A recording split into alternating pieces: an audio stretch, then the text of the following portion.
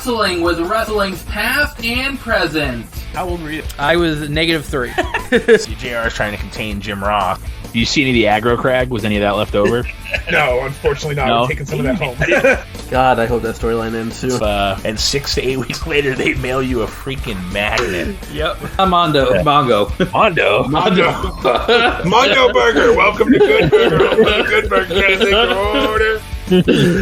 Just wait, to further the cheap pop, Mick Foley still owes Tim $10. Just the definition of blue balls and gaga. It's like That should be a t-shirt. Blue balls and gaga. It's still real to me, damn it. He kept making out with his wife. It was weird. So then, I'm waiting for them to put the Selena Vega on a pole match. And I mean, Big E's got Whale performing in his entrance, so I feel like Wale. they would. It's Wale. Wale.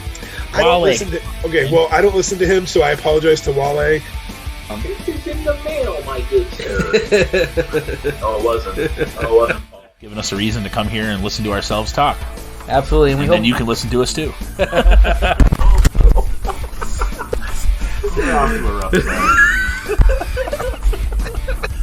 Strap on and balls, only on Wrestling Past and Present.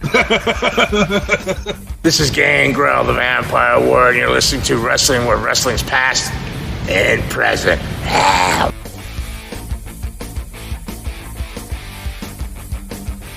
This is Wrestling with Wrestling Past and Present. I'm not Tim Kurt. I am Roland Fulis.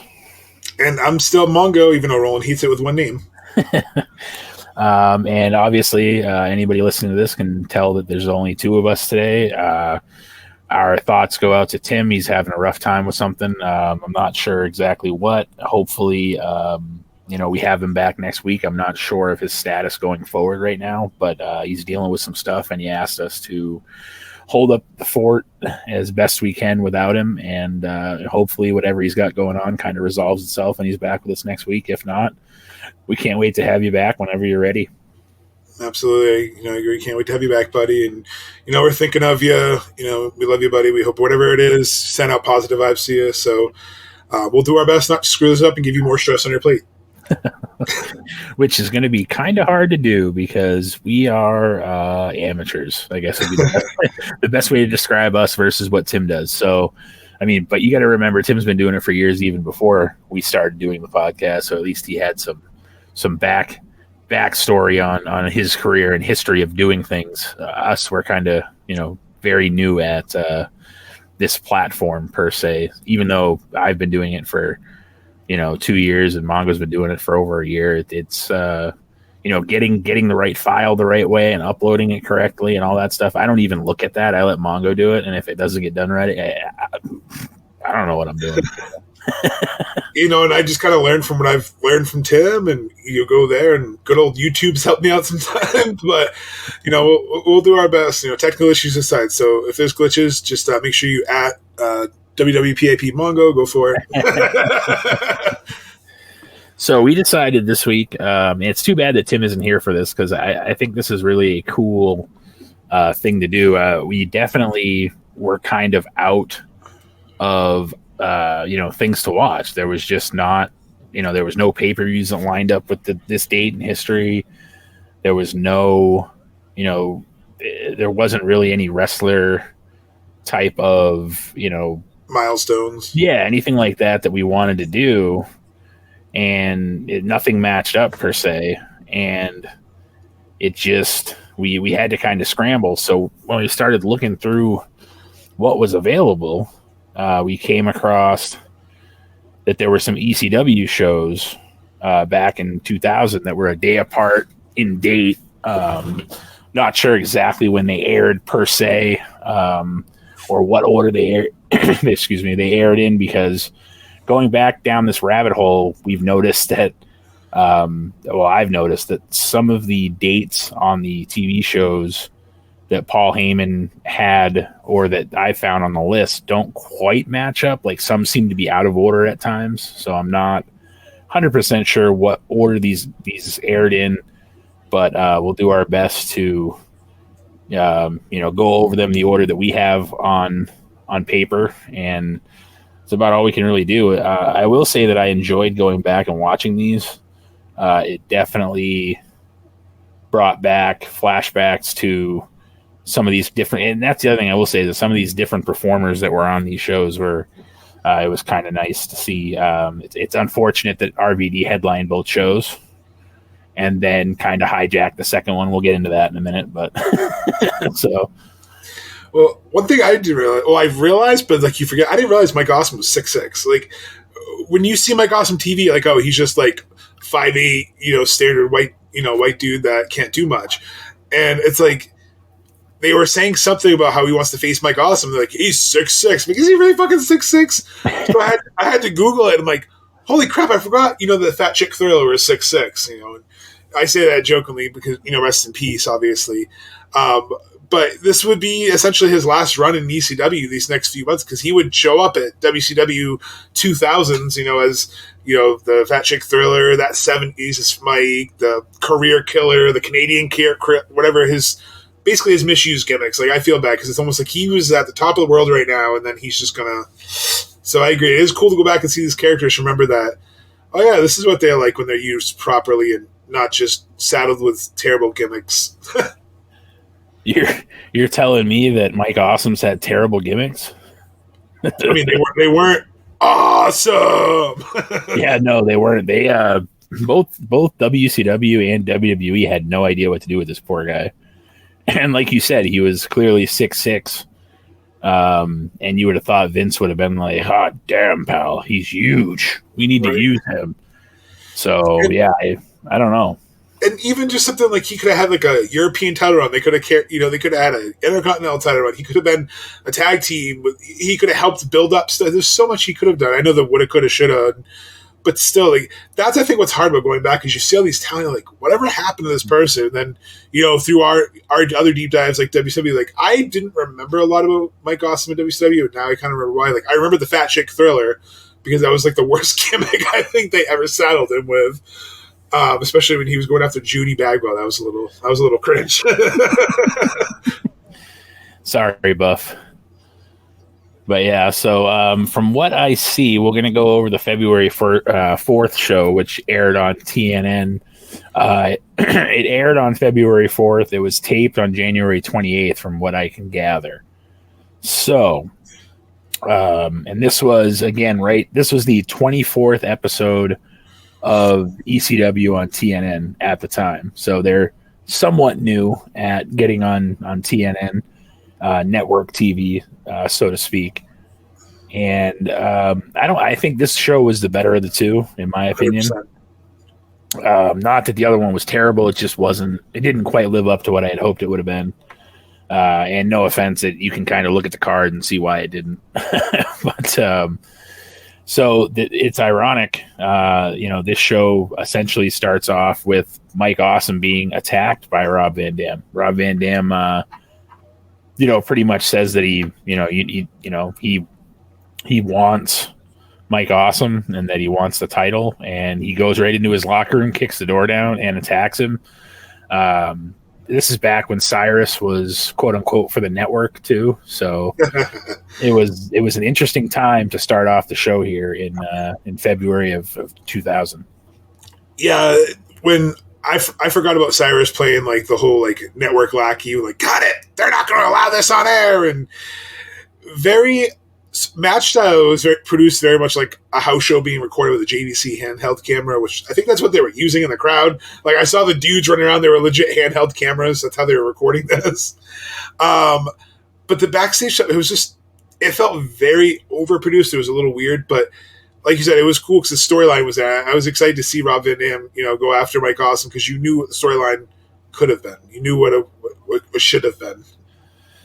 Yeah, and I mean, unfortunately, we don't get to see it like they had planned, I think, because, as we find out at the end of this show, there's something that derails those plans, and then we hear about it for the whole next show. So we'll get there when we get there, but clearly they were headed in that direction of Rob Van Dam versus Mike Awesome.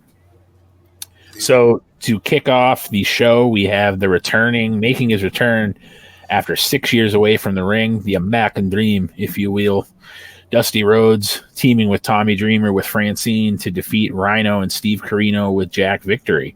I think this low key might have been the best match out of the two shows. I know the following match with Mikey Ripwreck and Van Dam was actually a solid match, but I think this match was very enjoyable. It told a good story. Both Francine and Jack Victory got involved. Kind of made it like a 6-person match at one point. So yeah, I think this lived up to the hype, and it was cool to see Dusty doing his thing in the ring again. No, I agree.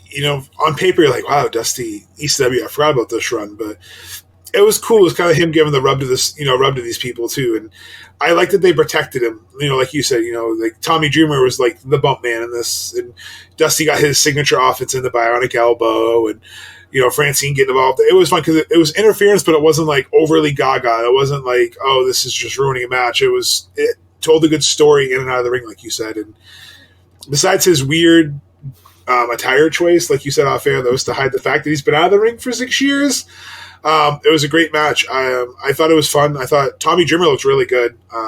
Normally you don't say that about Tommy Dreamer matches, but ring-wise looked good. And honestly, you couldn't really tell Dusty was that rusty in the ring, which was surprising to me because for a bigger gentleman being away for 6 years, you think you'd look more like Ronda missing all your punches and knees, but that's a different story for a different day. We'll get there too. Excuse me. But yeah, so I think that it was weird placement, though. I would have thought they would have wanted this match to go on last because they had been hyping, Dusty coming back, and so like weird placement, but it definitely started the show, and it got you invested in the show right away. So I guess I really can't complain. But then we had a random Raven promo with Father James Mitchell, young Father James Mitchell, Minister the Minister. Yeah, so Tim, unfortunately, not here to discuss. I know he has a fandom for James Mitchell, so unfortunately, Tim, we'll bring him up for you. But yeah, and then Paul Heyman, he's calling him Scotty, telling him he can't do this again and all this stuff, and you can't go through with this, and he's not even a real minister. And all. I liked that line. He's not even a real minister. So, and then Raven mentioned, well, at least he's listening, and nobody will listen to me, and all this stuff, and Raven with the typical gimmick that he would then use in TNA. What about me? What about Raven? The one that he carried over from WCW. The leader of the quote unquote the flock. So yeah, it was a weird. I mean, I know what it was, obviously, but it was just a weird Raven promo in the middle of the show. So I don't know. Also, the way this was produced too. So like, there's clearly a lot of jump cuts and edits, and like it's very visually, it's not pleasing with how the transitions happen on this. Like, there's still audio going on from the match when they're going backstage sometimes. It's just, you can tell, like Roland said, they were newer to TNN, they were newer to production, which I don't get because they did okay in the pay-per-views, but they must have been newer how network television time cues and cuts were. Because, like you said, they go backstage, so it's a little, again, overproduced with Paulie going, trying to break that fourth wall. Come on, Scotty, you can't do this again, like you said. And I kind of felt like it didn't belong. I felt like it was kind of cut and paste into the show. So I get what you're saying. I almost felt like this was taped different time, and they cut and pasted in the show. Because maybe they're going to use a match that night. They just never did. It was, like you said, it was very out of place. Well, and I think to your point, that might be the problem with them being on TV is that this was a tape show. It seemed like they might have done live TV, like pay-per-views, better because they could just kind of do what they had to do and then ask for forgiveness later if there was something that was bad versus editing certain things and dropping them into whatever order they should have been in. And I think that was some of what you saw here. Like you were saying, it just seemed it was out of place. It didn't really fit. It was a weird cut scene, and you could tell it was one of those cut scenes too, because that was one of the times where they quote unquote went backstage and you didn't hear the music. It just like stopped, and all of a sudden Raven's talking to James Mitchell in the stairwell. So definitely an interesting cut scene. But moving on to the next match, we had Rob Van Dam as your World Television Champion. He defeated Mikey Whipwreck, who I think low-key is slightly underappreciated by anybody that didn't watch ECW. I think he was kind of like, I don't know who would you compare him to? Probably like an Al Snow or like like we posted on our Facebook that we talked about like who's an underappreciated person in the ring. I think he's one of those people like an Al Snow or even like a Vader in WWE, where just their ring work wasn't appreciated. They were just seen as a jobber to the stars. Yeah, and that's kind of the shit he got saddled with. Right, maybe like modern day, he's like a like a Frankie Kazarian type, where he like you can kind of put him in there with anybody. I'm not saying he can do Frankie's moves. I'm just saying that like he's kind of that Swiss Army knife kind of guy where he can have a good match with anybody. And I think he was just underappreciated by anybody that didn't, anybody that saw ECW from a distance was like, who the fuck is this guy? Like, this guy's a clown. Well, he proved that he could very easily hang with RVD in this match. This match is a very solid match as well. Again, this show hands and feet and toes and fingers above the next one, in my opinion. This was actually a really good show. That sounds like the worst kid song ever. Hands, shoulders, feet, and fingers above. But yeah, I wanted to get my point across that it wasn't just like arm and leg and feet. Most body parts above. No, I would agree. This was a solid match. I've always liked Mikey Whipwreck. I thought, like I said, I say Job of the Stars, but that's essentially when you Google him or you look him up, that's kind of like what his shtick was, his nickname was. But just because he's a jobber doesn't mean he's not a good performer. And he was uber talented in the ring. And like you said, him and RVD had some amazing chemistry. Like, you actually thought he had a chance in this match to win the TV title. And they had built it up where RVD has had this title since 1998, 2 years now. And who's going to take it from him? Well, injury. But they just kept saying that he couldn't lose it. And Mikey Whipwreck is taking him to his limit. So this is what they got right. They put two people together who had clear chemistry, told a great story in the ring. And Mikey Whipwreck inspired a lot. I mean, Matt Cardona, who's on my shirt right here, when he just did GCW, he came out to his version, his song, which was a version of Enter Sandman, and his song was together, wearing Mikey Whipwreck gear. Well, I found out he was supposed to wear that in one of the Rumbles, but he was like, I'm not wearing this expensive-ass gear in the Rumble when basically I'm sitting backstage and catering. And so he wore gear that he had like me 6 or 7 years ago in honor of Whipwreck. So you still have him inspiring people today. So obviously, like you said, as from a casual fan standpoint, maybe he was nothing, but all the wrestlers and people who appreciate the art of wrestling realize what a good worker he is. And to that point, what else do they normally call a jobber? They call them enhancement talent. And that's what they're supposed to do. They're supposed to enhance whoever they're trying to get over. And he might have been low-key one of the best at it ever. Yeah, and I never understood when you have people online or people like, oh, there's just a stupid job, or like, okay, they still have a job, like they still have a job, like just because they're not winning every single match. I mean, and then you have people who can't separate what a jobber or what being buried is. Oh, this person's being buried. They lost one match. They're not. So it just we as fans got to do better because there's nothing worse. I feel it's insulting to the wrestlers. Oh, just a jobber. Yeah, but they're still, like you said, Frankie Kazarian may lose matches, but every time he has a match, it's a solid match. Mikey Whipwreck may not have won a lot of matches in ECW, but the couple shows we've gone back and done, he's always had great matches. It's never been, Mikey Whipwreck's fighting. It's been, that was a good match, or I was surprised at how good that match was. Yep. And another thing I think Tim's not too sad about is that Bill Alfonso whistle, man. Whew, that was brutal, this match.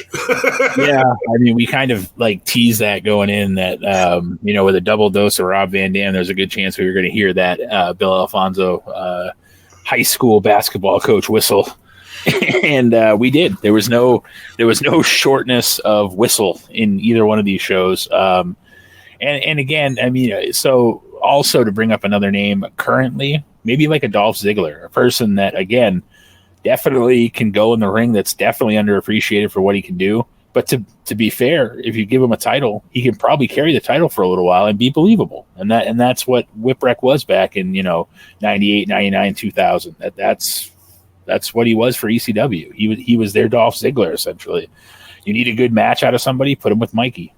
And I think the hard part is people forget that Vince's style, it's hard to say, Vince's style is not the only style of wrestling out there, not the only style of promoting out there. You know, you have, back in the day, you had Paul Heyman booking this. You know, you had some independent, you have Ring of Honor with the Sinclairs later on. You have TNA with Dixie Carter and Jeff Jarrett, and then you had, you know, AEW coming with Khan. They have different styles. They treat their jobbers differently. They treat their matchups differently. So just because if Vince jobs someone out and they never get a shot at the title doesn't mean they can't be successful somewhere else. And I think that's where people's mindsets get of, oh, well, he lost all the time, so he sucks. Well, no, did you watch why he was in, what stories he was in?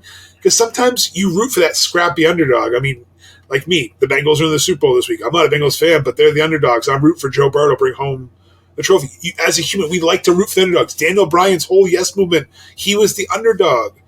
And look, that's what it is. I'm not trying on WWE, but it's just, with someone like Mike Root, I rooted for him because he was the underdog. He told a good story. Yeah, it's hard not to pull for someone like Joe Burrow, who, especially knowing how his season ended last year, tearing his ACL, coming back to lead his team to the Super Bowl. So it's just a cool story. And then, to be honest, it's tough not to pull for a guy like Matthew Stafford, who spent all these years with he gets traded to the Rams from the Lions, and he was in just turmoil in Detroit for 13 seasons or whatever it was. So it's two nice stories, and it's nice to have different teams in the Super Bowl. Like, no offense to Kansas City, no offense to Tampa Bay.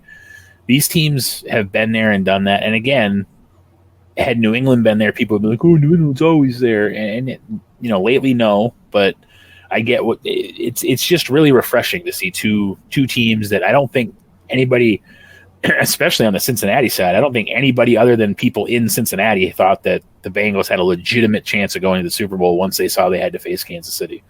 So you're telling me an underdog normal jobber who made it to the championship match against another underdog jobber who made it to the championship match is better than the same main event that's been shoved down our throat for years and years? Same kind of comparison?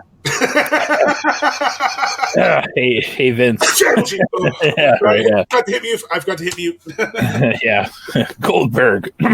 Anyways, that's another story for another time. But I think that pretty much closes the book on that show, except for right at the very end, they have breaking news. They want you to go to ECWWrestling.com and find out that Rob Van Dam suffered a broken leg just hours after this show was recorded. So I was curious about this because, as you know, we were assaulted with this awkward voiceover for what felt like an hour. So I pulled a Conrad and I wanted to see what Dave Meltzer had to say about this injury. So it said that Rob Van Dam, ECW's biggest star, looks to be out for the next 2 months after suffering a broken fibia during a match with Rhino in a freak accident. He was doing just a baseball slide and his foot caught the mat just wrong and snapped his fibia. Considering all the crazy spots he does, Dave is surprised that he got hurt on such a safe, simple spot. But that's how it goes sometimes. This basically wrecks the company's plan for the March pay-per-view, which was to be headlined by RVD and Tanaka versus Awesome and Sabu. It was expected that RVD would pin Awesome in order to build their eventual singles match with RVD's inevitable world title win over Mike Awesome. RVD might be ready by then, but they're not sure, and they don't want to chance it, so they scrapped all plans for promoting that match, with RVD expected to be out for at least 4 months of TV time. And Awesome is going to be jumping to WCW in April 2000 anyway. We all know how that went. Right. So essentially, that sucks. This is like, this is their last year. Well, they didn't know it was their last year, but this is like their last big full year. RVD has all this momentum, and does a baseball slide and snaps his leg. Like, that's just it's just crazy to think that one wrong move and your whole entire year plans are gone, and we never got to see the Mike Awesome versus RVD. If you go to ECWWrestling.com, it's still there, but it looks like an Angel Fire page that somebody put up to hope to bring it back, but I wouldn't recommend going there. It's pretty crappy. So, and that's one of the other things, too, that I want to point out is it seems like poor Rob Van Dam is always snake bit. Like, think about what happened when he won the WWE title. He gets pulled over. He gets pulled over for marijuana and then ends up having to drop the title. Here he's getting a title push with Mike Awesome, and he has a freak accident and breaks his leg. It just seems like at points, for some reason, that poor guy is just snake bit. And that was a good point, too, that with his style of wrestling, it's amazing that he didn't do something worse on doing something more high risk too. So, I mean, even his 5-star frog splash, like the way he lands out, he like bounces off of him and then rolls his body over. So like it's amazing that he didn't blow a kneecap. Like he hits that mat hard when he hits the 5-star frog splash. And well, look what happened. Look what happened to Eddie Guerrero when he blew his elbow out on a friggin' frog splash. You know, I mean, like you said, you hit that mat hard, and all it takes, you know, I remember that frog splash where Eddie hits and he bounces, and then all of a sudden his arm's like pointing this way, and he's holding it, and he's like, it's like, oh, geez. Right? You know, Ray Phoenix going through getting a choke slam through a table, and his arm getting dislocated. Like Sid Vicious jumping off the second turnbuckle. Like there's so many things, and it's just like, oh, it's crazy to think that. And that's why I think we as fans appreciate them more, because all it takes is that one wrong slip in the ring to end your career potentially, or you know, derail a pay-per-view, derail a company for 4 months. And again, it's not his fault he injured, but no, you could definitely tell he obviously went back into this voiceover because it was very cringy. It was like Paul Heyman just like yelling like, "Breaking news: RVD has been injured. More details." It's like, Jesus, Paul. It's like we get it, we get it, Paul. And then you know, moving on to the next show. You have that's pretty much how they start the show. Same exact one too. Yeah, and then they also do it during the show, like over matches. Yeah, they legit the tag team match that we start with. They interrupt the tag team match, and then they interrupt the New Jack match. So the match is going on, and they literally cut to a black screen with a graphic of ECWWrestling.com. Like, seriously? Oh, Roland's on mute. Well, and that was the funny thing is that they cut to that graphic, and you have Rob Van Dam doing all his flippy stuff, and they're like, he's hurt, and it's like, and then, like you said, during matches. And this is where the production quality really took a nosedive this episode. Like, this was night and day. The first one, okay, there's some hiccups, there's some technical issues. The second one, it was almost like your first time making a PowerPoint, and you're like, star wipe, star slide, blow up text, insert picture, Clippy, GIF art. You're like, Jesus, it was so visually assaulting watching the second one. Right. You're like, I'm going to drop this into Paint, and I'm going to edit it. It's going to look great. But yeah, so, you know, moving on to the second show. The second show, the date we have on that is February 5th, but the air date that I found is February 6th. Again, who the hell knows when these actually aired, and who knows when they were taped on the 30th. So. Yeah, I don't know. All I know is that the paper I found says air date on the 6th, and if you look on Peacock, it says the 5th. So whatever. I don't know. One of those two dates will get you the show. February 2000, damn it. That's all we know. Yeah. So the show would start off with what I think was actually supposed to be just Vic Grimes, or just Angel rather, against New Jack. And then they both, Vic Grimes and Angel, attacked New Jack, and Balls Mahoney came out for the save, and it turned into kind of like an impromptu tag team match, which, you know, your typical New Jack type match, Balls Mahoney, chairs, you know, forks, you know, different kinds of weapons. Everybody's bleeding on each other. This was typical ECW hardcore wrestling. And again, I'm going to use air quotes, wrestling. This was some of that trash wrestling that Jerry Lawler was kind of big on, like crapping on. It's essentially what this was, and I'm not saying it's trash. I'm just saying that that's what this was. It was that stuff that, you know, Jerry Lawler would say, "Oh, it's crappy wrestling." It's all, you know. This is what he was talking about. There wasn't much actual wrestling going on in this match. This is the best way to describe it. No, I was like, what the heck? Because this is when they first interrupted. So New Jack's make his entrance. His music's playing, which I'll get to that in a second. Then they cut to the RVD thing. And then all of a sudden, this is breaking news. Paul Heyman needs to ladies and gentlemen, my name is Paul Heyman. And Rob Van Dam has been injured. And then they've done that. All of a sudden, Balls Mahoney's in the ring with Vic. I'm like, what the hell is going on? Like, why's Balls out here now in the ring? Yeah.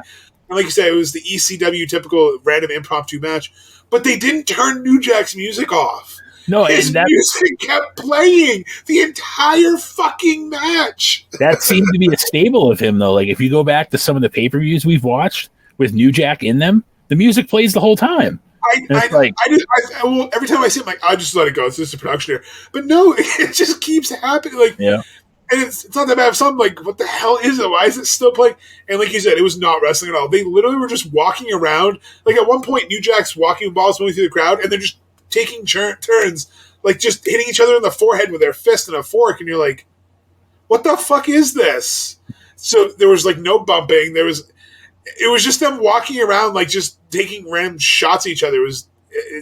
Honestly, I don't know how this was their TV match. It would have been better even if they stayed in the ring, had some weapons, did a few spots here and there, but like they were just walking through the entire damn arena punching each other. It was the weirdest fucking shit. And then somehow they ended up back in the ring where Vic and Angel ended up getting the victory, so they could finally shut New Jack's music off. Or so we think. Well, yeah. So, moving along, I'm just going to kind of skip through this a little bit, because, again, this show wasn't nearly as good as we had hoped it was going to be. Again, there's a lot of decent names on this show, but it just wasn't. It did not look like the first one. Even Wikipedia, like you said earlier, even Wikipedia is confused about the match order. It's definitely an interesting thing to try to follow here. So then you have what turns out to be a 3-way elimination match. Danny Doring and Roadkill beat Kid Cash with Nova, and the Dupes. And again, it was a 3-way elimination match. Not really much to get into here, other than some decent. Again, we'll use the term enhancement talent. Nova, the Simon Dean. In WWE at one point, and then Roadkill Mongo is good friends with apparently now, so that's kind of cool that we had that. So there was also that weird promo in the show before this with Roadkill too that we kind of skipped over with with the like that. Yeah, with Danny Doring talking about getting women, and she didn't like that very much. Yeah, you ever heard the expression "grab life by the balls"? Well, yeah, life is Danny Doring. Yeah, she did the old Joey Ryan. Can we say Roadkill's facial expressions? That whole promo is what made the promo. Like, yeah, yeah, and then she starts doing the whole like pec flexing thing, and he's like, it was so. Yeah. That was more entertaining than the match. No offense to Roadkill. Yeah. It was just there. It's the same thing that we talk about with when you have more than 4 people in the ring. If it's not produced right, it's going to look like a train wreck. And that's just, no offense to these 6 guys. It just was. It was a mess. And there was just too many people wanted their spots. Too many people wanted to hit something. There was one point where they're all outside the ring, but they're working together. It was like they all work to catch the guy, and then Roadkill's the one who sells it. Like it's like, oh, I got landed on. The other guy kind of like falls over and looks like, oh, I'm supposed to get hit by this, and then like leans over. I feel bad for that crowd in NOLA because the second night they were just dead, and I can kind of see why. But we also don't know what they saw because I feel like it also seemed like there was a piece of the match missing because at one point, like Roadkill like teleported to the turnbuckle. Like he just randomly moved across. I'm like, what the fuck? So I think there was something chopped out, and that's the worst part between ECW's shitty production quality and the Peacock, editing the shit out of things. We all never know, but it was literally he teleported. So clearly there was like 5 or 6 seconds that was chopped out somewhere. Hey, I mean, he does move quick for a big guy, but not that quick. Right. So, moving on to our main event. Again, this is one of those things where on paper, this could have been really good. I'm not saying it wasn't good. I'm just saying it could have been really good. You have your television champion, Mr. Pay-Per-View, the guy they've been talking about for 2 shows now with an injury, Rob Van Dam. He ends up getting a victory over Masato Tanaka. This is the type of match that on paper you're like, ooh, this should be really good. And again, I'm not saying it wasn't, it was definitely a match. it just, Tanaka, he was decent, but I just don't think he was at RV. So that's the difference between a Mikey Whipwreck and a Tanaka, is the chemistry just really wasn't there. And also, knowing that they were supposed to be a tag team eventually to take on Mike Awesome, it didn't make sense why he was going after his future partner's title. Like, I don't understand the logic behind that. Like, we're going to be a cohesive unit, but I'm taking your fucking belt. Like, what?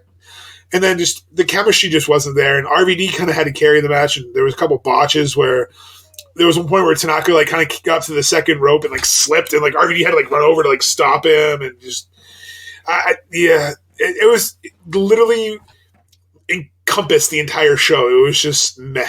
Like, it was just like, I wish we had just watched the first show. I'm going to be honest right now. When we were talking about doing this, oh cool, okay, 2, and then I watched the first one. I'm like, okay, so the first one was pretty good. So the second one shouldn't be. What the? It was night and day. Yeah, unfortunately, if I had to recommend, definitely watch the one with Dusty and Tommy, and then you can stop.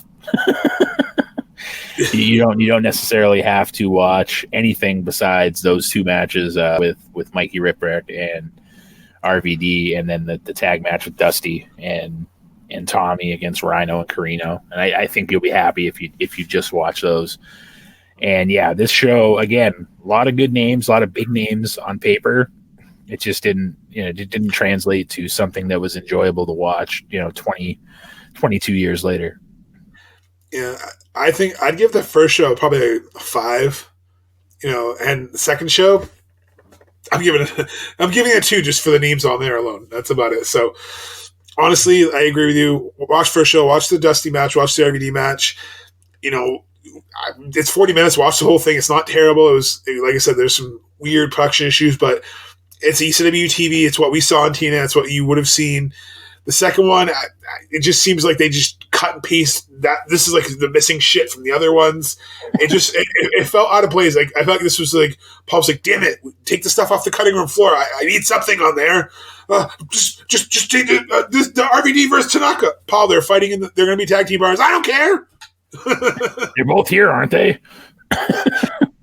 Well, and then that also makes you wonder too, because depending on when this stuff was recorded, Paul is like, hours after this was recorded, Rob Van Dam. So it's like, what else were they recording too? Like, did they record like 10 shows in one night? Like, how many times did Rob Van Dam have to wrestle? But I don't understand. That's what's weird, because they were in 2 different cities. I don't know. And I think that's hard too with Peacock. It's hard. Like, we tried to do our best, like Roland said earlier, to piece our timelines together and figure out where we were in the universe. But it's the way they recorded their TV really fucked up. Kind of like, and honestly, that's why I think Ring of Honor had a hard time staying relevant during everything too. Is you can't record your television like months and months in advance and then just release it out of order or release it on the wrong, because then it's confusing to figure out, well, why is this happening? Because at the end of the day, it is a television show, and if you're on Netflix and you're like, oh, I'm going to watch this show, you wouldn't jump into season 3, episode 4 to start it. Like, that's kind of what this felt like. It was like, wait, is this supposed to take place after their match? And like, this was taped before, but they just threw it there because RVD got injured. They wanted something. Like, it's just, again, something else that felt out of place. Well, that's like, I'm going to throw Discovery Plus under the bus right now. Back when they first came out, I wanted to go back and watch the Ice Road Trucker series because I used to watch it with my dad, and I was like, when there's nothing on, I'll go back and rewatch that. So I go into Discovery Plus, find the Ice Road Trucker series. They have seasons 1, 10, and 11. What the fuck? I'm like, where's the other 9? What happened to, like, I mean, it's one thing if you like, and I emailed them. I'm like, how are you supposed to like rewatch a series when you guys don't even have? They're not even in sequential order. Like, you don't, like, it'd be one thing if they had like 1, 2, 3. And then like 3 months later they had 3, 4, 5. And then another 3 months later they had 6, 7, 8, or like whatever. But like 1, 10, and 11. It's like, and that sums up ECW. There's stuff in the middle. We don't know where it is. So, but yeah. And the email I got was, well, we update our library quite often, so check back. I've been checking back for over a year. It's still 1, 10, and 11. No offense, Discovery Plus. You got a canned email back there like, yeah, this will shut them up. Well, and my twins are at the age where like they think some of that stuff's cool too. So like it's kind of neat to like, I wanted to kind of go back and rewatch that with them. And like I said, my dad and I used to watch it regularly, and I just thought it would be cool to do it. I'm like, oh, they have it, kind of. It's such a slap in the face too. You're just like, oh, I can't wait to wait. I'm missing 9 whole ass seasons. Yeah, well, and like I said, it would be one thing if the 3 seasons they had were in order, but they're not.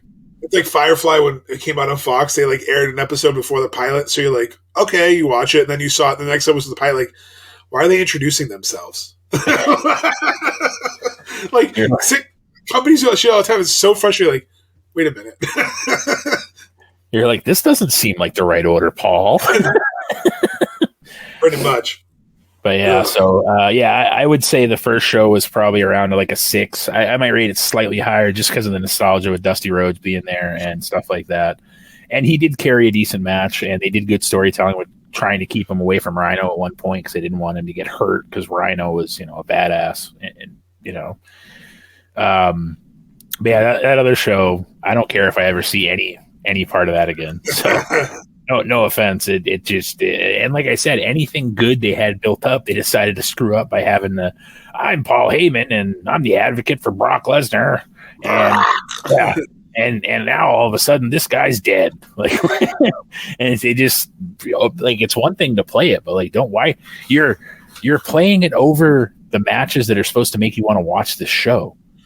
Like, why would you do that? Like, you're sabotaging the matches you have to be like, breaking news, go to ECW.com. Paul Heyman says that Rob Van Dam broke his leg, and there's going to be more details Friday on whatever the hell we're putting on TV that day. Like, it's like, okay, cool. Like, could have had it just at the very beginning of the show, and then that's it. Like, it's a 40-minute show, Paul. You had it 4 times. Well, it's fine to have it 4 times, but don't put it over your matches. Like, it's bad. It's bad enough that you have somewhat lesser talent on this show, and then you're covering what is supposed to get people to watch it with essentially an ad. I don't know. Speaking of forcing to watch, should we go there? Yeah, so Mongo and I decided that we're not going to go over our predictions without Tim for the Rumble, but we are going to kind of do a what grinds our gears segment of the reasons why the Rumble made us feel the way that it made us feel. I guess is the best way to describe it. Well, I think the first clue should have been is they released the Peacock numbers, and it was the highest stream show since WrestleMania Day 1, Day 2. And what happened with Day 2? It turned off and pissed off a bunch of fans. Well, what happened with the Royal Rumble? Turned off and pissed off a bunch of fans. Well, and unfortunately, it's one of those things where I'll speak on Ronda first, just because we're just going to kind of go around to the different random thoughts here. We don't really have an order. We're just going to kind of nitpick what we. Vince McMahon has this idea that we wanted Ronda back. Motherfucker, nobody wanted Ronda back. Like, nobody wanted Ronda in the first place. We found out how bad of a wrestler she was, how unsafe she was in the ring. Just ask Alexa Bliss. She never got to that level where she was believable as a wrestler. And some of that is because she is a legitimate badass in MMA, and she just didn't really know how to. Like, that's one thing I will say about Brock and Bobby Lashley. They've learned how to, and Jake Hager, they've learned how to blur the line between MMA and wrestling enough to where the wrestling looks good, but they can still kick your ass in MMA. Ronda Rousey's out there like going at 90 miles an hour, and she's legitimately hurting people, dumping people on their heads. She hasn't even remotely come close to mastering how to be quote unquote a pro wrestler or a sports entertainer or whatever you want to call it. And as soon as she came out, it's like, yep, we know who's going to win the Rumble. Like, that's the worst part, is that it spoiled the whole match because she came out at what? She came. Only reason I know she came out at I think it was 28. The only reason I know she came out is because I won the pool, because I was in a Rumble pool and I won. So that's the only good thing, is I won. But no, I agree with you. It's pretty bad when Bad Bunny took wrestling more serious in the short time last year than Ronda did. Yep. And even now, you can tell she's not taking it seriously. She's in the Rumble match. She's literally at one point. Go back and rewatch it if you want to torture yourself. There's one point where she's literally punching and kneeing Natty, who's in the second rope, and Natty just stops selling because Ronda's not connecting with anything, and now he's just like annoyed, and you can tell that she was like, really, this is my spot in the Rumble, and then she had no charisma in the ring. Like they had this cool spot with Shayna Baszler, and she's like, and then she just like smiles and winks at her, and then they just. I don't know. She wasn't the right person. I don't understand because right now the reports are that she's obviously, and we know from SmackDown it's true, she's facing Charlotte at this year's Mania, and next year they're going to have her face Becky. So we have to have 2 Manias with her with someone who nobody wants. So yes, I get it. She was a draw in UFC. I get it. Brock was a draw in both. We don't need them. Like you talk about, you can't create new stars. Stop bringing back people like Goldberg. Stop bringing back people like Ronda, who only are in it for a paycheck. Go back and listen to Ronda's little spiel about how she hates the fans and fuck the fans. She literally went on a tirade about how she hates fans and she doesn't give a shit what they think. So she's out there to just collect a paycheck. So first of all, you're pissing off everyone in the locker room because you're not taking something they take seriously. You're doing it for extra cash. They're doing it for a living. Like I'd be pissed off too if I was in a company and they brought someone from the outside who didn't care about their job. It was like, I'm just here to get paid. I don't give a shit about you or anyone else. Like, okay, cool, fuck you too. No, and I think that's, like you said, is what really irks the fans that are purist of the business and like to enjoy. Like that's the same thing that got me about Becky Squash and Bianca when she came back. It's like nobody wanted to see, like everybody was so excited to see Becky back, but you didn't have to do the title that way. Just like you could have brought Ronda back, don't get me wrong, but bring her back after Mania, that Raw after Mania or something, and have her go till SummerSlam and not have, like, why did she honestly need to win the Rumble? All you're saying is that the other 29 women that have been busting their ass all year round. And again, I know that there was some surprise entrants and whatever, but that's another thing. The surprise entrants, for the most part, that were in the Rumble got fucking hosed. There was some, I mean, if you add up the time that Sarah Logan, Ivory, Cameron, who was the other, Molly Holly. Yeah, you add up the time they were in there, and it's like 5 minutes. Like it's horrible. Like, if you're gonna bring these people back, at least let them have a friggin' moment. Like, is it that hard to let Sarah Logan have a moment in the ring with Liv Morgan? No, it's not. But because this was, and from what we've heard, I don't know if you've heard this, there were women that refused to do the Rumble because T.J. Wilson wasn't one of the producers on the Rumble. They had to bring in Fit Finley because once they decided not to have TJ do it again, which is Tyson Kidd for people who don't know, he's been working with the women for years since his neck injury, and they decided to switch it up, pal, for some reason. And there were women that didn't want to do the Rumble because of it. And then you have people who are still in a 90-day no-compete, Nia Jax, who's still under her no-compete, and they call her up, and she went on Instagram Live, and she blasts them. She's like, no, I don't want to be in the fucking Rumble. You're still paying me. You're like, no, you just fired me. Like, I don't. And then you have Impact, they try to get the Iconics. They said the same thing. You fired us. Why would we want to come back and give you ratings? Like, and I get it. People went there. Mickey James got her apology, just like what we said. It was her apology tour and everything.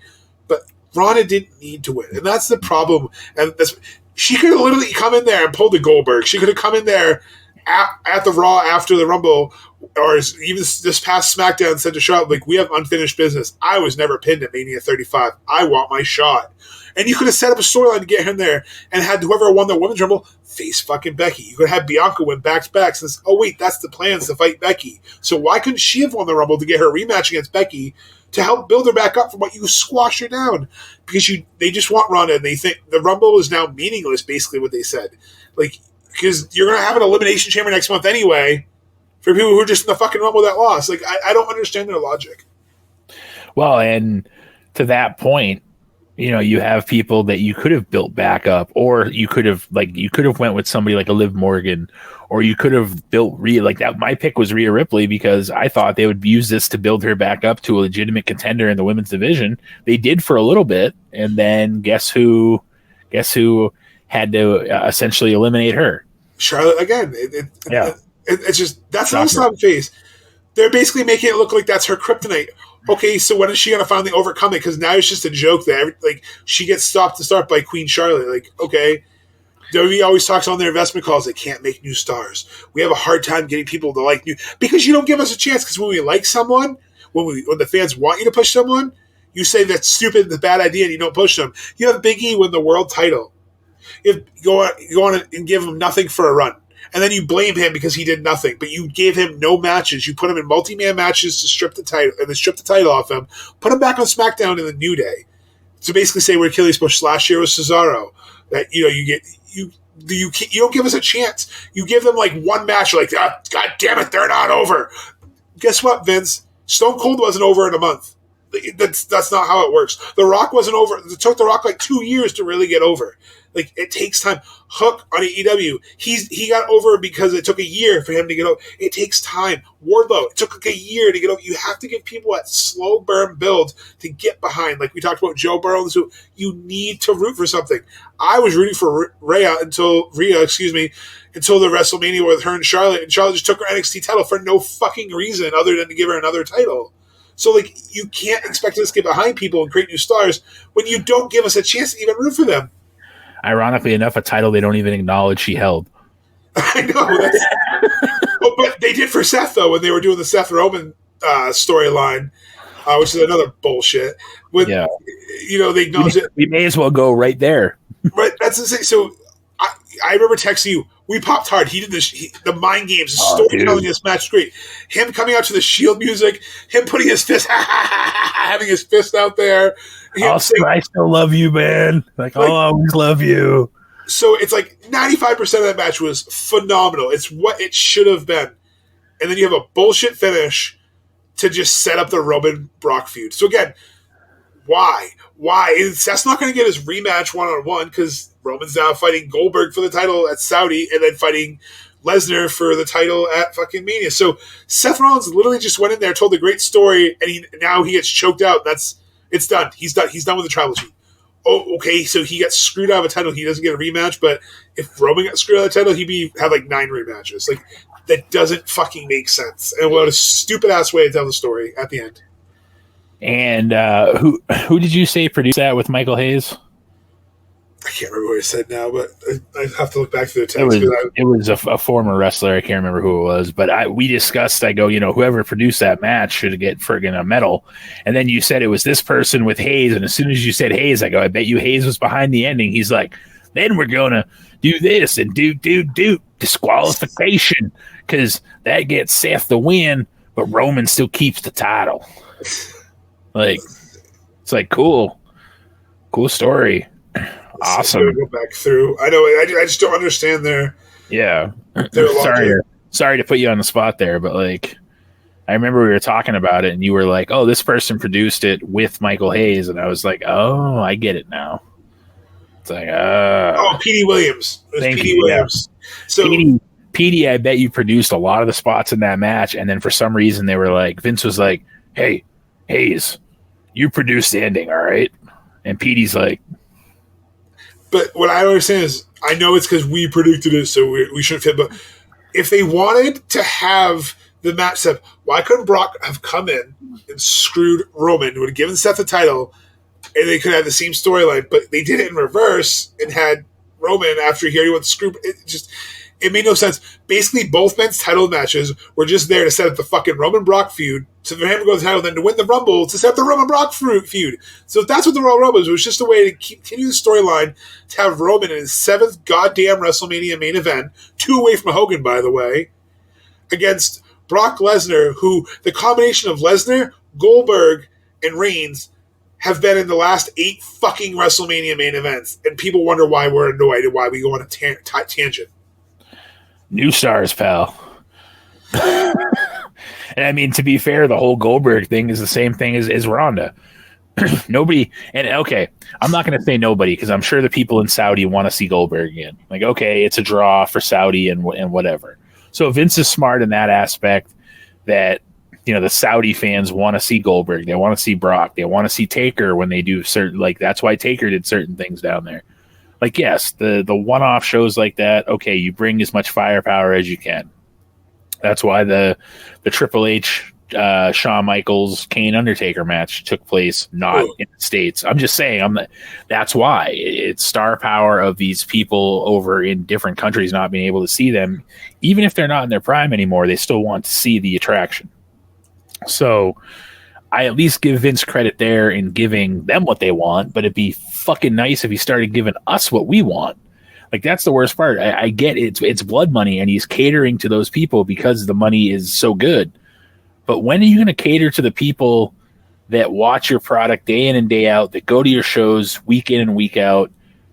Eventually, everybody's saying how much the house shows are better than Raw and SmackDown because they're letting the superstars be themselves. You see clips of Kevin Owens stealing a kid's hat and using it as quote unquote a decoy, and then going and getting his ass beat, and he then tweets at them saying, "I didn't steal it, I borrowed it." And like, you have this interaction, but in the meantime, Vince is like, we're going to build up, really the only new star, quote unquote, they're trying to build up right now is Austin Theory. And that leads us to our next debacle of Shane McMahon coming back. And it pretty much writes itself that Shane McMahon would face Austin Theory at Mania over essentially custody of the old man. And the backstage reports, and I know, again, because we're going to get criticized, you shouldn't watch it if you don't like it, or you're just smart. No, Shane McMahon comes back at a later spot, which it got a surprise pop that immediately eliminates Kevin Owens. I remember the exact text I texted you guys as it happened. I'm like, hey, Shane's back. Fuck you, Shane, because he eliminated Kevin Owens. Well, and then I sent a message directed towards Tim, and I was like, who are you going to root for at Mania now between Owens and Shane? Because I assumed Shane was coming back to the Rumble to set up his WrestleMania match. And then all of a sudden you have him going against Matt Riddle, who Matt Riddle legit killed the guy in the Ultimate Fighter. And if you've never seen this clip, it's very hard to watch, but Google Matt Riddle, the Ultimate Fighter. He literally bodies a guy so bad the guy's makes the saddest, most disgusting groan because he broke his face. So Matt Riddle, who's a legit tough guy, who can legit strike, Shane goes in there with his, speaking of 9 miles an hour, with his kangaroo punches, and Matt Riddle's looks annoyed as all hell. Really, I have to have this spaz attack me. And then the reports are Shane wanted to look tough, and Shane wanted to be in the final two. Final three. It was because the plan was McIntyre, McIntyre, Brock, it's the same fucking thing, and Shane, and apparently morale was low. So Vince was like, I'll take care of it, and fire Shane. So literally, his fucking career, his second career, lasted longer than his Rumble appearance, and it's a damn shame. He took a spot from Cesaro. He took a spot. I know Finn Balor was out of the country, but all these celebrities in the men's Rumble took spots from people who deserved it. To have this awful, and I don't know who the fuck produced this Rumble, but it was besides Shane. Supposedly Shane, was changing stuff up until the minute people were going out from the curtain too. He was trying to eliminate spots and add spots and do all this shit, and it's like, what are you doing? Here's the other thing too. Shane McMahon comes back after having almost a year hiatus of doing whatever the fuck he's been doing for a year, and they decide we're just going to have Shane essentially produce part of the Rumble or write part of the Rumble. Who thought that was a good idea? Yeah, and Vince did to be a fall guy because guess what? I guarantee if the Rumble was not poorly received, he wouldn't have fired Shane. No. So it was a fault. He was there as a fall guy. He was there to take the blame. And no, it's because Brock won the Rumble.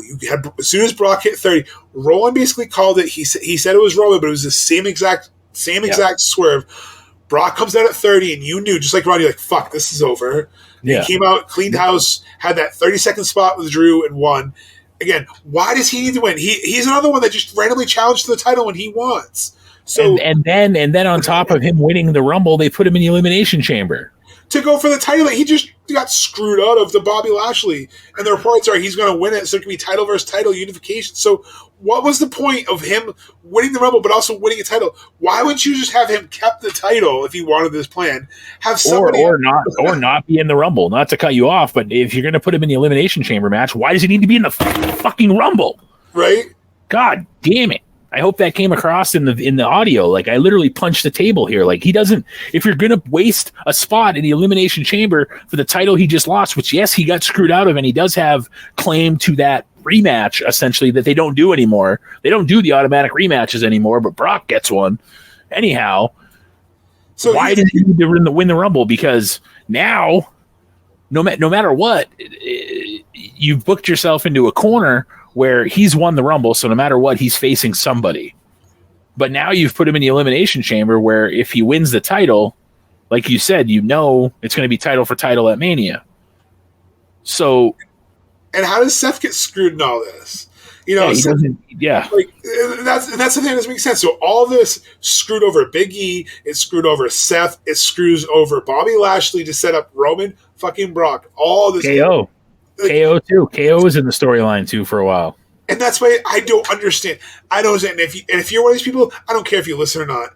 I don't understand how people are going to die in the hill and say, just play it out, let it play out. No, I'm sick of letting it play out. Like, that's the thing. This is the same shit they started doing after Mania last year to set up. We're going back to 2019 booking.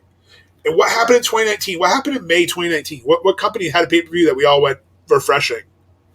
There's a reason why fans left and drove. I remember we went to Mania 35. I remember being excited to go to Mania, and after leaving WrestleMania 35, it didn't feel like a WrestleMania. Besides, the Kurt Angle retirement and everything, it didn't feel like a WrestleMania. I was mentally drained. It felt like a chore to go watch it, and I feel bad because that was Emily's first and only WrestleMania, and I'm like, that really wasn't the WrestleMania feel. And I feel like that's where we're going back to. It's just, again, we have the same match of Brock Lesnar versus Roman Reigns that we've seen umpteen times, and we're gonna have, and who knows if it's true if they're gonna be title versus title. So that means, again, I get it, you're going to one title, but that means all these people get screwed in the other main events. So night 2 is probably going to be Brock and fucking Roman. Night 1's going to be Ronda and Charlotte. I guarantee it's going to be one of the other. They're going to headline. That's how they're going to do it.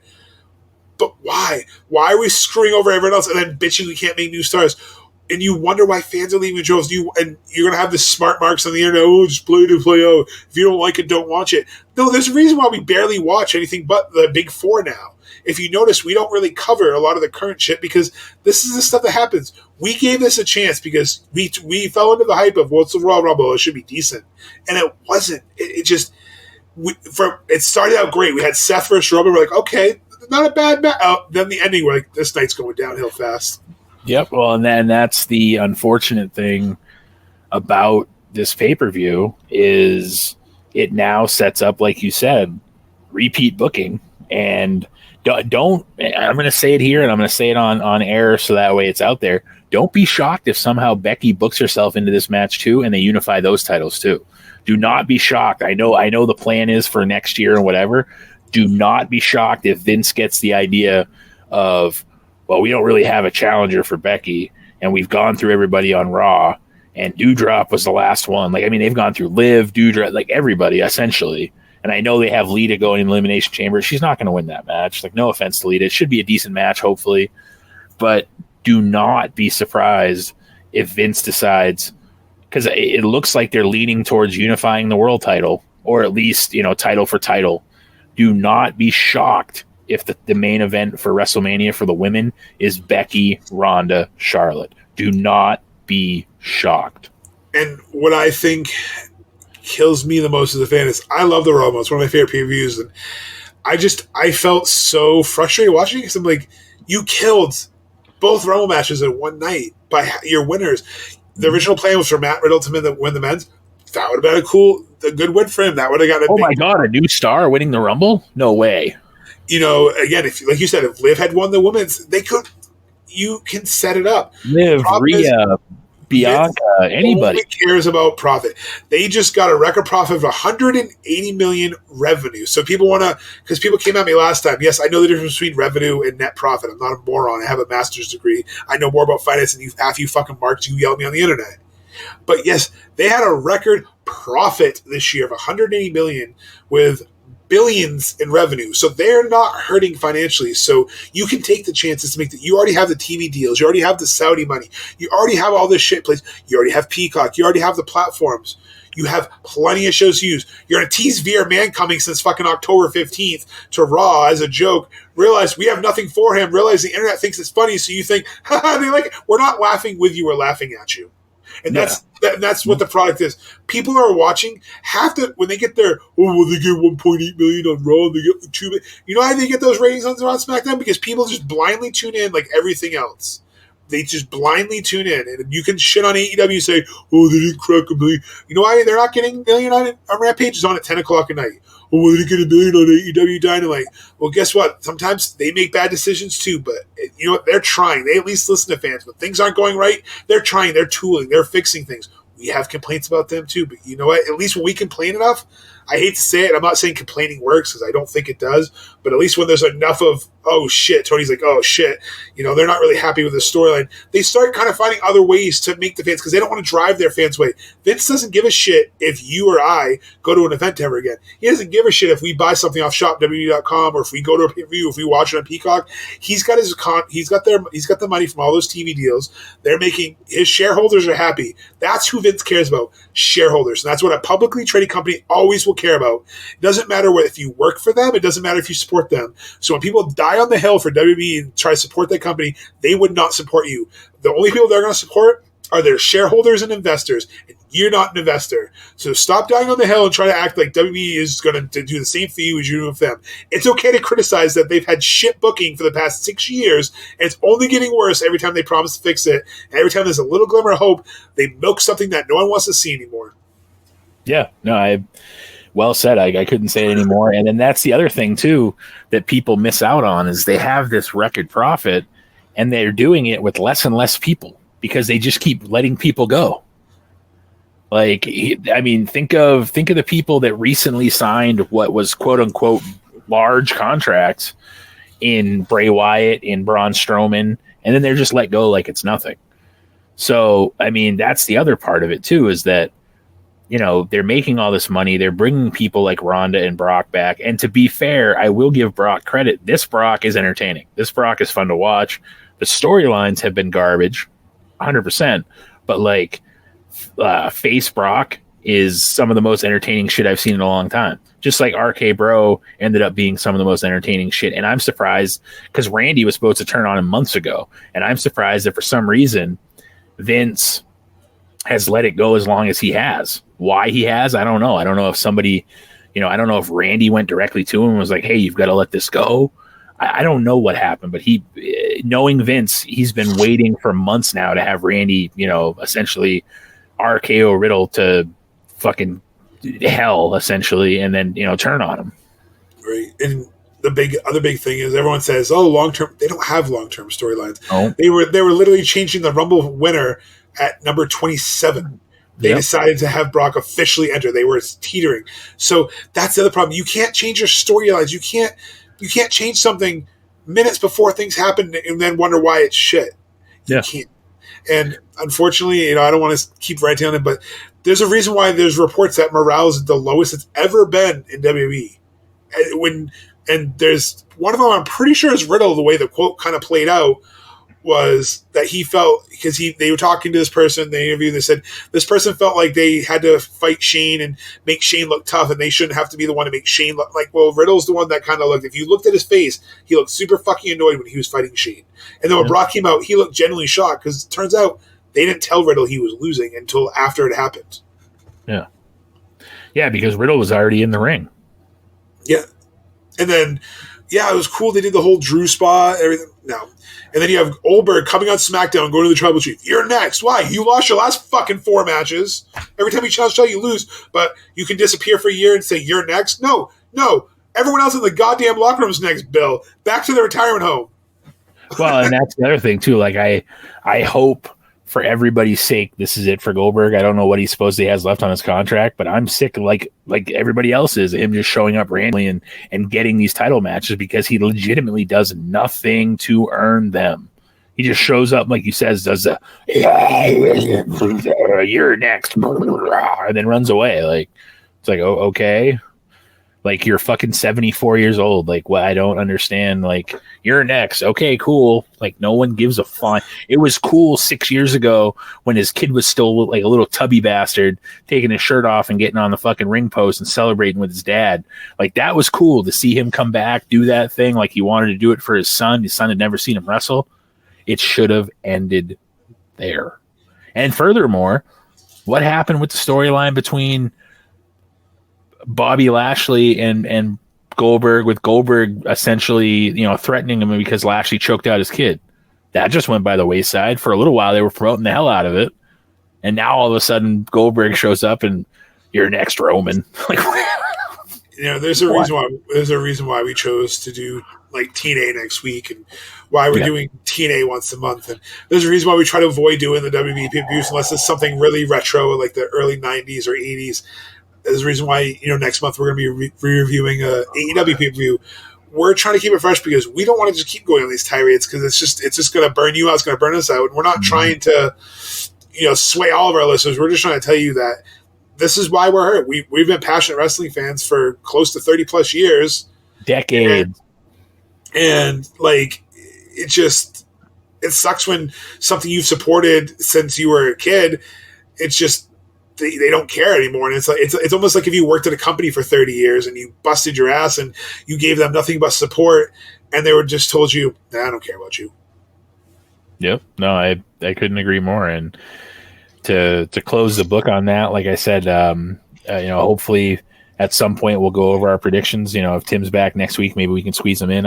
Obviously this is the type of thing with Tim being kind of questionable for when he'll be back based on the situation he's got going on. And we don't really know any details either. So that's why it's kind of up in the air. He just messaged us late last night and said, hey, I need you guys to cover for me. So, obviously, if Tim is out multiple weeks, we're not going to go back and cover the Rumble. We'll just leave it where it is. We won't go back and do our predictions. If anybody really necessarily wants the recap, I'm sure Mongo can put the to see who won the predictions and who did the best stat. He could do the stats and stuff for you guys and maybe post it that way. But past we have a chance to maybe do it next week if Tim's back. If not, like I said, we're not going back here just because it all it's going to do is piss us off again because of the taste that was left in our mouth by this pay-per-view. So we're moving forward. I think that, like I said, unless we're not sure Tim's up in the air. So if he's back next week, maybe we will do our predictions real quick just to get him out of the way. If not, we're just going to leave them where they are, and that's that for now. But anybody that doesn't necessarily feel the way we feel needs to check how much of a fan they are in the product of wrestling and realize that essentially Vince is telling us we're stupid and repeatedly tells us we're stupid by doing this to us and doing that's the biggest thing that I take away from this. And like I said, I want to kind of move away from this and end the show here, but I just want people to realize that that's more or less what we're getting at, is that, this lazy booking and whatever, Vince is still getting all kinds of money from it. And he's doing it's like the person, like you said, Mongo, it's the opposite though. It's like the person that goes to work for 30 years and the last 5 years does almost nothing, but still works there. It just skates by and then retires. It's what Vince is doing. He's pretty much doing what he can to skate by. And that's best way to describe the booking lately. And like you said, it's crazy to think, excuse me, it's crazy to think that 8 WrestleManias in a row have had a combination of Goldberg, Lesnar, or Reigns in it. That shouldn't happen. There needs to be new stars. What happens when Roman leaves and Brock doesn't come back anymore and Goldberg finally retires when he's 84? You don't have anybody you can put in that title picture because no one's believable, because you haven't spent the time to build them up. You just keep crushing them back down. And that's the part that makes us as fans feel jaded and feel stupid, because he does it over and over again. And then people wonder why these people who've been buried in catering, run and go to the overbloated roster of AEW or run to the indies again, because it's hard to see people like Ricochet. It's hard to see Cesaro, all those, I'm not going to go on a tangent, but it's hard to see all those people who could be something if you gave them a chance doing the same match on SmackDown week after week in meaningless promos. And that's what it boils down to. And that's why we get to talk about Against All Odds next week. I'm more excited to talk about that than anything WWE related. Yeah, going perfect segue there, Mongo. Looking forward to next week, TNA 06 Against All Odds. We have the main event of Christian Cage against Jeff Jarrett for the NWA Heavyweight Championship. We also have finally almost a come to blows between Team 3D and Team Canada. We have what should be a classic three-way match between Samoa Joe, AJ Styles, and Christopher Daniels for the X Division title. Rhino and Abyss in a Falls Count Anywhere match. AMW against Saban and Sanjay Dutt in a tag team match for the titles. The James Gang against LAX. Yeah, right. So you have LAX. This is the first time we see Homicide essentially on a pay-per-view, I think. And it's not Homicide and Hernandez, but it's Machete with Tony. That's who is listed, which is not obviously it's not Sean Hernandez. It's somebody else. You also have Jay Lethal against Matt Bentley and the Naturals taking on Austin Aries and Roderick Strong all on the main card. So there's a lot of star power here. A lot of decent length matches here, so it should be fun to go back and watch it. No, I agree. I've enjoyed going through the TNA archives and going back because, do we crap on some of this stuff? But generally, we don't feel that disappointed. We see some classic matches we may not have seen, and again, hopefully, if Tim's able to join us, and even if not, hopefully he can at least watch this to see the card because I think it's fun even just to go back and if you watch with us. Great. I recommend watching with us because maybe your opinion is different. Let us know if you think that, if we tell you, oh, this match was terrible. If you think it was great, tell us why. We love the feedback. We're getting more feedback on our socials, people conversing. That's what we want because you're going to help us out. We want to hear your opinions too. We want to hear, oh, no, hey, Roland, this is actually what happened in 1995. Not that, oh, thank you. Sometimes we appreciate because guess what? We're not always right. And also shout out to Conan. Hope he's, recovering from his recent procedures. He has a podcast out there called Keeping It Real that he wanted us to mention because apparently he's going to mention us on his. So we appreciate the support and hope you get well, Conan. And because we had reached out to him to ask him if he'd be willing to kind of talk a little bit about LAX since this is when LAX formed. Right now he's not able to because of his current situation in the hospital and everything. But he did say there's some episodes on the archive that I might go do another deep dive through, see if I get some more insight on LAX and their forming. So hopefully, again, he gets better and we appreciate the mutual respect. Well, and it's cool when you can have a little interaction, even if it's only like a few words back and forth. But, hopefully, I'm not saying Conan's a liar, but hopefully it would be pretty cool if he did mention us. Maybe he ends up forgetting about it and doesn't, we're such a little show that we don't expect it, obviously. But it would be pretty sweet if he did mention us. And, well wishes and also well wishes to Don West. His cancer's back, unfortunately. So we're going to, I assume, hear him next week. So we'll give him the well wishes ahead of time.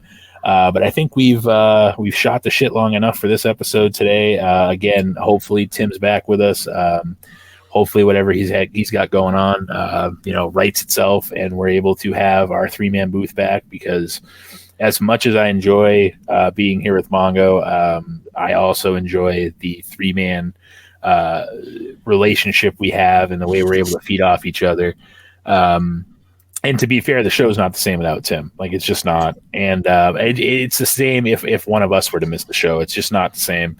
And I think that, again, hopefully Tim is, things go well here in the upcoming week and we're able to have him join us on Saturday. And if not, hopefully it happens sooner rather than later is about all I can say. So. I agree. We miss you, buddy. We hope to have you back soon. Yep. And that's, we love you. We hopefully things, turn around for you and we're looking forward to having you back. So that being said, again, TNA 06 next week. I ran down the card. The card sounds pretty good. So hopefully you guys watch it either with us, ahead of us or watch it. Well, that's the other thing too. Don't be afraid to listen to us and maybe watch the show as we go along too. Like you can always do that. So, but until then, I'm Roland Fulis. And I'm Mongo. And this has been Wrestling with Wrestling's Past and Present. Fucking Rhonda.